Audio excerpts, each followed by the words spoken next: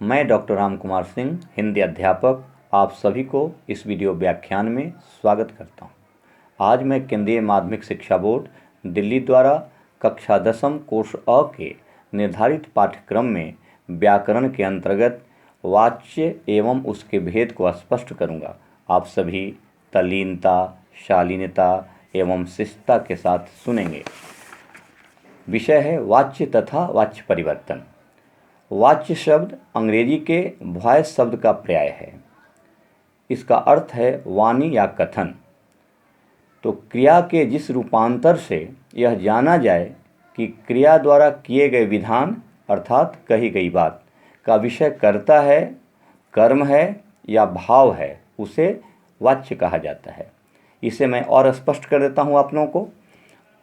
हर संज्ञा या सर्वनाम का अपना लिंग, वचन तथा पुरुष होता है। अपने शुद्ध रूप में स्थित क्रिया का न तो अपना कोई लिंग होता है और न वचन या पुरुष ही। क्रिया का लिंग, वचन तथा पुरुष वाक्य में प्रयुक्त होने वाले उस संज्ञा या सर्वनाम के अनुसार ही होता है जो कर्ता या कर्म के रूप में क्रिया को प्रभावित करते हैं। भाव में प्रत्यय होने पर क्रिया स्वभावतः एक वचन, पुल्लिंग, अन्य पुरुष में रहती है। अतः कर्ता, कर्म अथवा भाव के अनुसार क्रिया के लिंग, वचन तथा पुरुष का होना ही वाच्य कहलाता है। तो वाच्य के यह रहा वाच्य की परिभाषा। अब इसके भेद यानी वाच्य के 3 भेद हैं। कर्तृवाच्य जिसे एक्टिव वॉइस कहा जाता है, कर्मवाच्य यानी पैसिव वॉइस और तीसरा है भाववाच्य इम्पर्सनल वॉइस। तो पहला कर्तृवाच्य पर मैं प्रकाश डाला हूँ। कर्तृवाच्य है क्या, इसे आप समझेंगे सभी। कर्तृवाच्य जिस वाक्य में कर्ता की प्रधानता हो, अर्थात जिसमें कर्ता के लिंग, वचन तथा पुरुष के अनुसार क्रिया के लिंग, वचन एवं पुरुष हो, उसे कर्तृवाच्य कहते हैं। जैसे उदाहरण देखेंगे आप सभी। सीता आम खाती है, मीता घर जाएगी, रीता रो रही थी।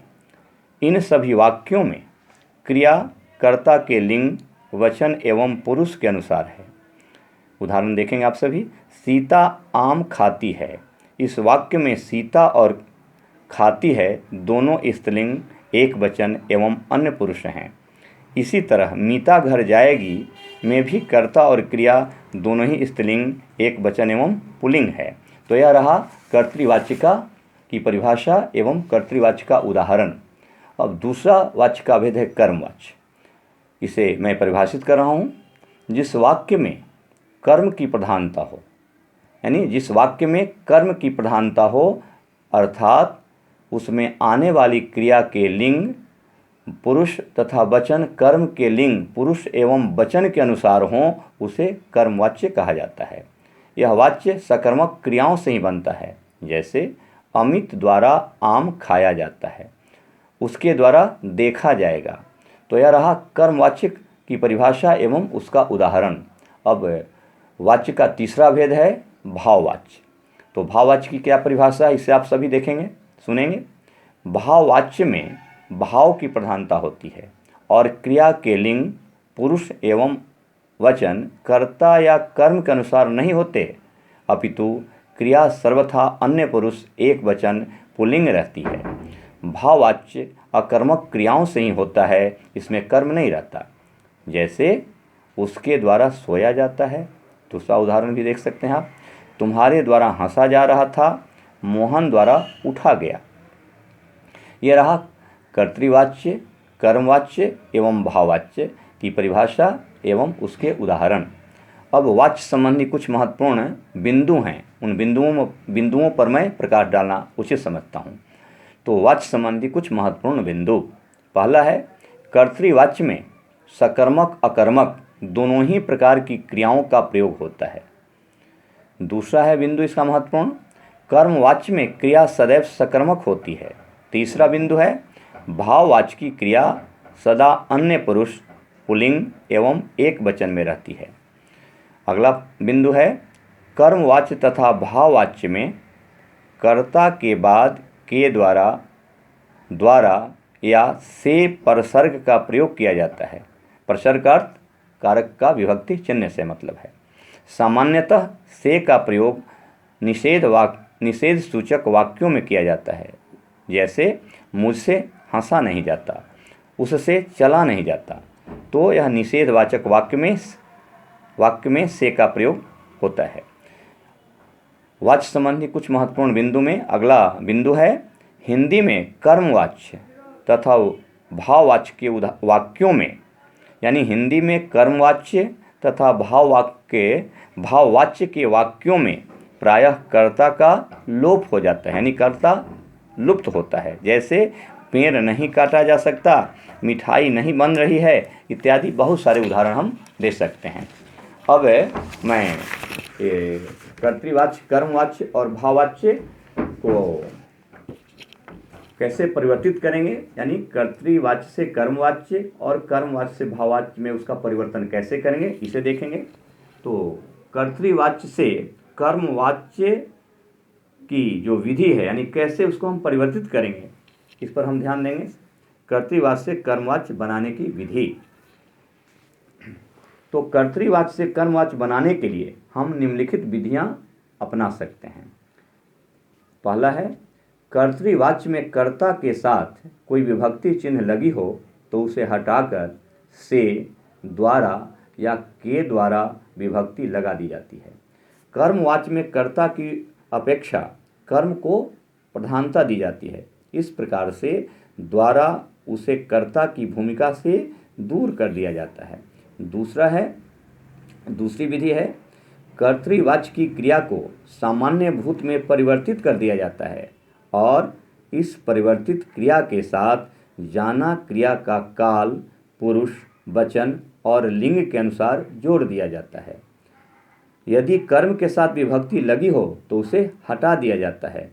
आवश्यकता अनुसार निषेध सूचक नहीं का प्रयोग, यानी नहीं शब्द का प्रयोग किया जाता है। तो यह रहा कर्तृवाच्य से कर्मवाच्य बनाने का तौर तरीका। अब कुछ उदाहरण देखेंगे आप। माँ ने पुत्र को सुला दिया, यहाँ आपने देखा माँ ने, अब इसको हम परिवर्तित करेंगे कर्मवाच्य में। माँ के द्वारा पुत्र को सुला दिया गया। दूसरा उदाहरण है, तुम फूल तोड़ोगे, तुमसे फूल तोड़ा जाएगा। बालक पत्र लिखता है और इसका कर्मवाच्य में होगा बालक से पत्र लिखा जाता है। आकाश में पक्षी उड़ते हैं, कर्मवाच्य होगा पक्षियों के द्वारा आकाश में उड़ा जाता है। इस तरह बहुत सारे उदाहरण हैं जो कर्तृवाच्य से आप कर्मवाच्य में परिवर्तन करेंगे। यदि कर्तृवाच्य की परिभाषा, उसका उदाहरण आप समझ गए हैं और कर्मवाच्य की परिभाषा, उसका उदाहरण समझ गए हैं, तो मैं समझता हूँ यह किसी प्रकार से आपको परेशानी नहीं होगी कर्तृवाच्य से कर्मवाच्य में बदलने के लिए। अब कर्तृवाच्य से भाववाच्य बनाने के कुछ तौर तरीके हैं, उसको मैं बताता हूँ। पहला है, कर्ता के आगे से अथवा के द्वारा लगा दें।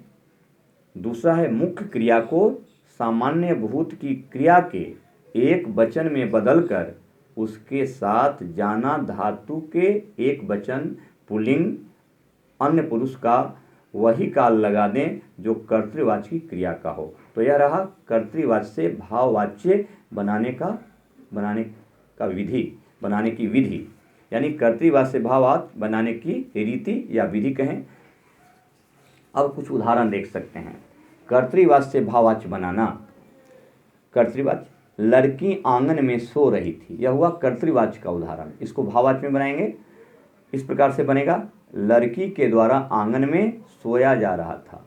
लड़की के द्वारा आंगन में सोया जा रहा था। दूसरा उदाहरण है, अब चलें, इसको बनाएंगे हम भाववाच्य में, अब चला जाए।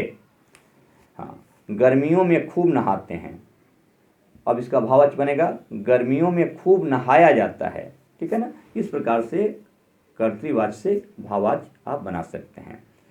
दूसरा उदाहरण भी आप देख सकते हैं, मैं अब नहीं चल सकता, यह है कर्तृवाच्य का उदाहरण। इसका भाववाच्य बनेगा, मुझसे अब चला नहीं जाता। तो यह हुआ भाववाच्य का उदाहरण, यानी कर्तृवाच्य से भाववाच्य बनाना, कर्मवाच्य से भी कर्तृवाच्य बनाना, कर्तृवाच्य से कर्मवाच्य बनाना, भाववाच्य से कर्तृवाच्य बनाना या कर्तृवाच्य से भाववाच्य बनाना, इस प्रकार से बनता है। हाँ, एक आध दो उदाहरण और देख सकते हैं। कर्तृवाच्य की सहायता से भाववाच्य कैसे बनाएंगे। ठीक है, अब हम नहीं चल सकते, इसे भाववाच्य इस प्रकार बनेगा, अब हमसे चला नहीं जा सकता। अब कर्तृवाच्य से कर्मवाच्य का एक उदाहरण मैं दे रहा हूं। कर्तृवाच्य का उदाहरण है कोरोना की सहायता के लिए सरकार ने करोड़ों रुपए खर्च किए। कर्मवाच्य में इसे इस प्रकार परिवर्तित करेंगे, कोरोना की सहायता के लिए सरकार द्वारा करोड़ों रुपए खर्च किए गए, तो यह कर्तृवाच्य बन गया कर्मवाच्य।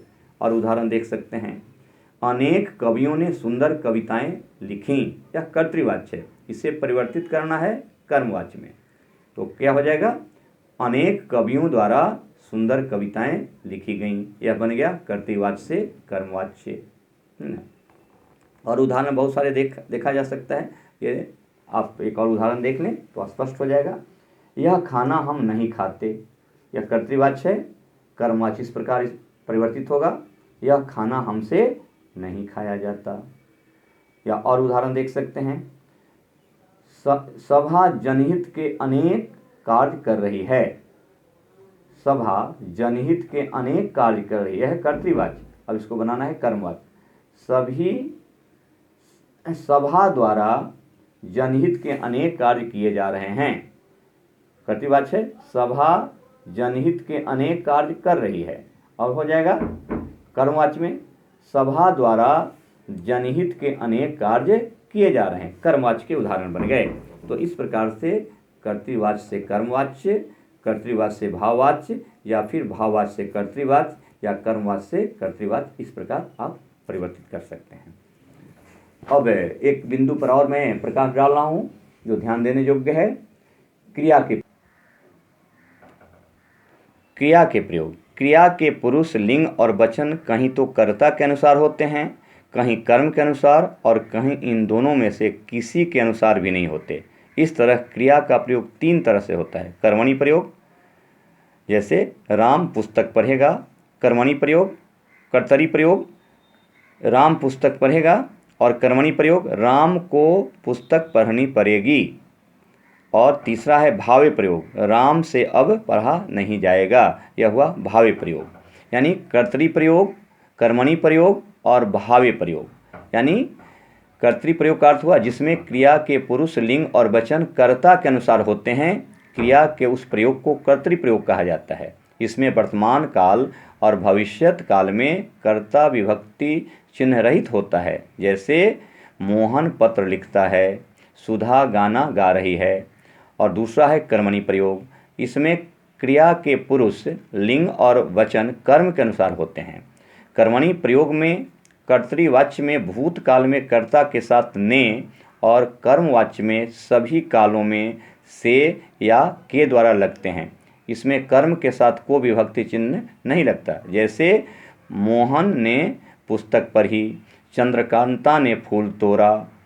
और तीसरा है भावे प्रयोग, इसमें क्रिया के पुरुष, लिंग और वचन कर्ता या कर्म के आश्रित नहीं होते, अपितु क्रिया सदा अन्य पुरुष, पुल्लिंग एवं एक वचन में होती है। भाववाच्य की सभी क्रियाएं भावे प्रयोग में आती है, जैसे मुझसे हंसा नहीं गया, मोहन से रोया नहीं गया। इस प्रकार से यह क्रिया के प्रयोग हैं। तो आज रहा आपको कर्तृवाच्य एवं वाच्य, कर्तृवाच्य, कर्मवाच्य, भाववाच्य की परिभाषा एवं उसके उदाहरण और वाच्य परिवर्तन। तो आज इतना ही, धन्यवाद।